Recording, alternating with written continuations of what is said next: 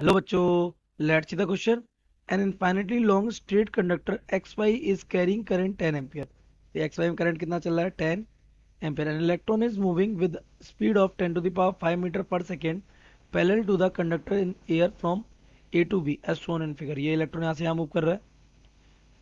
The perpendicular distance between the electron and the conductor XY is 20 centimeter. This distance is 20 centimeter. Calculate the magnitude of force experienced by the electron. Write the direction of the force. So let's see the key concept of this question.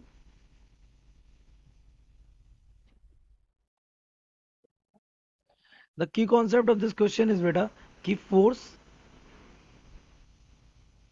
experienced by charged particle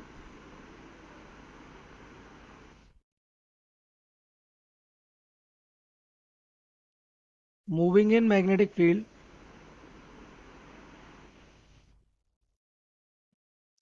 ये हमारा दिया जाता है F is equal to q B v sine theta. अच्छा ये electron किसके magnetic field में रखा है? इलेक्ट्रॉन रखा है मैग्नेटिक फील्ड में स्ट्रेट वायर के. तो मैग्नेटिक फील्ड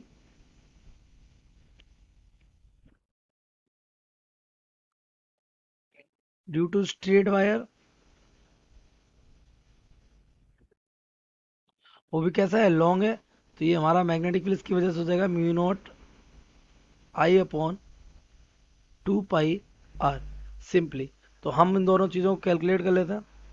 तो यहाँ से हमारा फोर्स हो जाएगा फोर्स ऑन इलेक्ट्रॉन. ये हमारा हो जाएगा F is equal to q की जगह आ जाएगा ई बी वी साइन हो जाएगा 90 डिग्री. क्यों? क्योंकि ये हमारा कंडक्टर है.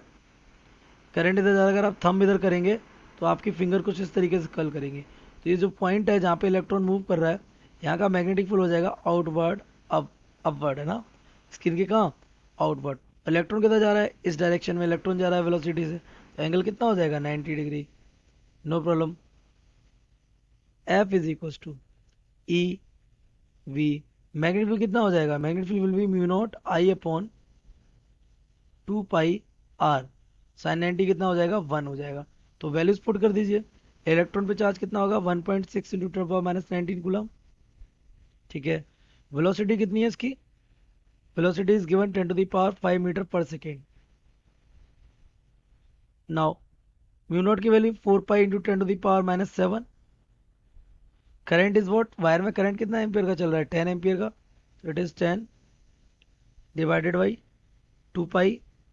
और रेडियस ये डिस्टेंस कितनी थी? ये डिस्टेंस थी हमारी 20 सेंटीमीटर है ना. ये 10 एम्पियर चल ही रहा है. तो हो जाएगा 20 इंटू 10 टू दी पावर -2. तो ये 2 पाई से ये कितना टाइम चला जाएगा? 2 टाइम्स. ये चला जाएगा कितना टाइम्स? 10 टाइम्स. और 10 से ये चला जाएगा 8 टाइम्स. तो ये हमारा ऊपर जाएगा. तो 1.6 इंटू ये पावर कितनी हो जाएगी? 10 टू दी पावर माइनस का 14. ओके. यहाँ से पावर ऊपर जाएगी, ये बचेगा 10 टू दी पावर माइनस का 5. ये -5 बच जाएगा, ऊपर जाएगा प्लस का. तो यहाँ से अगर हम इसको सॉल्व करें तो we will get force is equal to 1.6 into 10 to the power -19 of newton. This is the force experienced by the electron. Now direction of force. तो direction of force is given by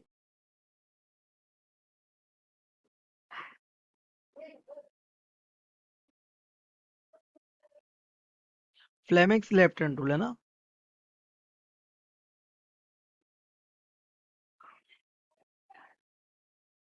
rule. तो आपको दिख रहा है यहाँ पे magnetic field कहाँ था? आउटवर्ड द स्क्रीन इस साइड. और इलेक्ट्रॉन किधर दौड़ रहा था? इस साइड. तो ये इलेक्ट्रॉन अगर इधर दौड़ रहा तो मोशन हम किस साइड लेंगे? इस साइड.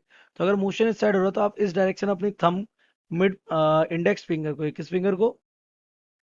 इंडेक्स को इधर रखकर मोशन आप करा दीजिए किधर? इस डायरेक्शन में. इस डायरेक्शन में क्या मान लीजिए आप? Velocity of electron. जबकि वो इधर जा रहा है. तो ये नेगेटिव चार्ज है तो पॉजिटिव चार्ज की वेलोसिटी इधर ही रहेगी. तो आपका जो थंब आएगा अपवर्ड डायरेक्शन में. ये क्या आ जाएगा? थंब. यहाँ से मैं बोलूँ magnetic force on electron is in upward direction. किधर होगा उस पे force? Upward direction.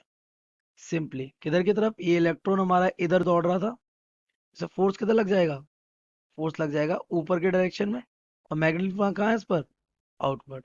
I hope you have understood it well. Best of luck.